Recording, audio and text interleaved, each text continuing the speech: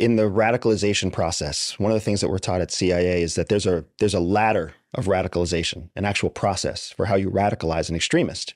And that's an extremist, whether they're a Christian extremist or an ethnic extremist or a Muslim extremist. There's a ladder of extremism. And the first step is validating an injustice. It's the first step, because when people believe that there's a perceived injustice and nobody validates that injustice, then they are conditioned, they are primed to believe that there was no injustice and they're just angry about nothing. So the first step in a radicalization process is to validate an injustice. It's independent of religion, right? This was done to you. It should have never been done to you. And then the next step in the radicalization ladder is to create the aggressor who's guilty of the injustice. This should have never happened to you. It happened to you because of this villain. It's a story. Mm. And now your injustice has been validated, and there is a group that executed that injustice on you. The next step in the ladder is to say, there are others like you who have been equally treated in this unjust way by the same group. So now the person who's walking up this ladder is like, I do have a reason to be angry. They are the enemy. And there's this group that I can join against the same enemy. And you can see how this ladder just keeps on going until it ends with you strap a bomb to yourself and you run into their church and you run into their synagogue and you blow yourself up and now you win. You can see how the ladder plays out, right?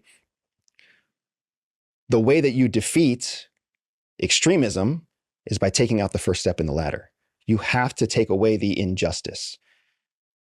Unfortunately, what's happened since October 7th has created generational repercussions. There will not be a Palestinian for the next 3 generations who does not have a visceral memory.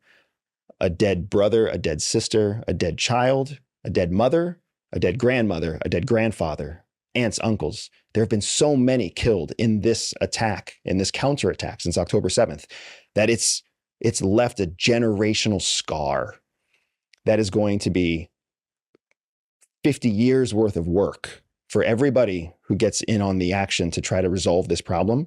We will have to face and accept that there was an injustice that was carried out and that we can resolve it. So that instead of taking people up a ladder of radicalization, we can take them through a ladder of healing, a ladder of resolution, right? What happened here, what is continuing to happen every day, is fixable. We can't fix what's happened already, but we can fix what we do moving forward. We can give people an option. We can give people solutions, give them outcomes. 60 Minutes can change a life if you give them an outcome.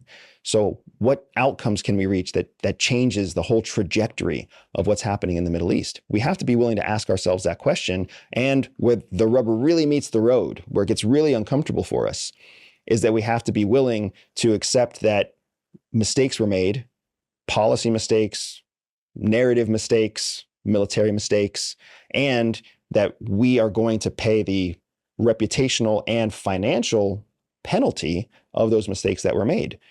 We have to do that if we're going to really invest in a solution to what's happening in the Middle East.